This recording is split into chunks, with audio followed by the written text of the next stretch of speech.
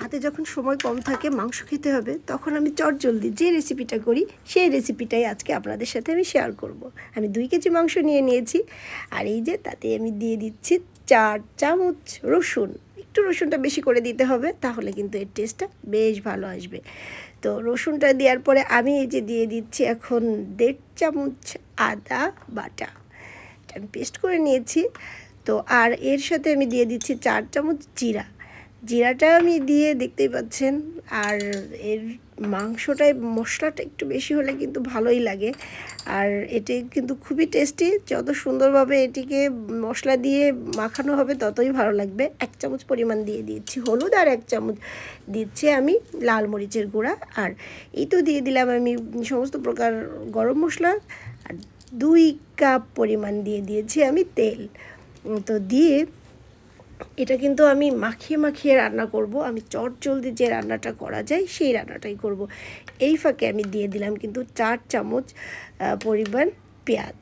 তো পেঁয়াজটা আমি দেওয়ার পরে আমি কিন্তু এর ভিতর দিয়ে দেবো কাঁচামরিচটা দিয়েছি এই কারণে যে আমি এটা লাইট কালার রান্না করব। আর কেউ যদি লাল টকটকা কালার রান্না করতে চান, সে অবশ্যই লাল মরিচের গুঁড়াটা ব্যবহার করবেন। এখন খুব ভালো করে মাখাচ্ছি, দেখতেই পাচ্ছেন।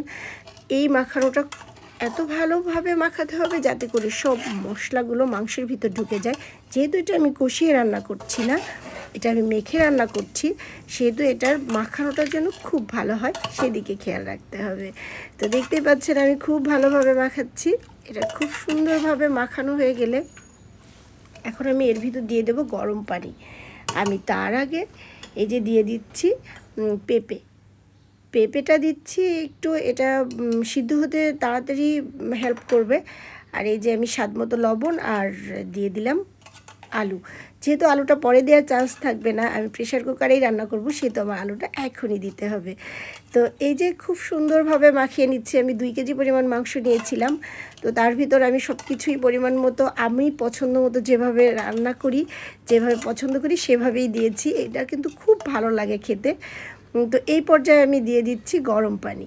গরম পানিটা অতটুকুই দিতে হবে যতটুকু ঝোলটা রাখা হবে, কারণ প্রেশার কুকারে খুব বেশি পানি দেওয়ার কোনো প্রয়োজন নেই। তো এরপরও যদি রান্নার পরে মনে হয় যে একটু ঝোল বেশি আছে, যখন হাওয়াটা চলে যাবে রান্নার শেষে, তখন একটু ঢাকনাটা খুলে একটু জাল করলেই হয়ে যাবে। তো দেখতেই পাচ্ছেন একদমই কম, আমি যতটুকু রাখবো অতটুকুই দিয়েছি। এখন আমি ঢাকনাটা দিয়ে 5টা সিটি দেব। আমার প্রেশার কুকারে 5টা সিটি দিলেই হয়ে যায়। তো এই 5টা সিটি দেওয়ার পরে হাওয়াটা বের করে দেখতেই পাচ্ছেন এখন কত সুন্দর হয়েছে। এটি এখন আমি গরম গরম ভাতের সাথে খাবো। Thank you so much for watching my video. আল্লাহ হাফেজ।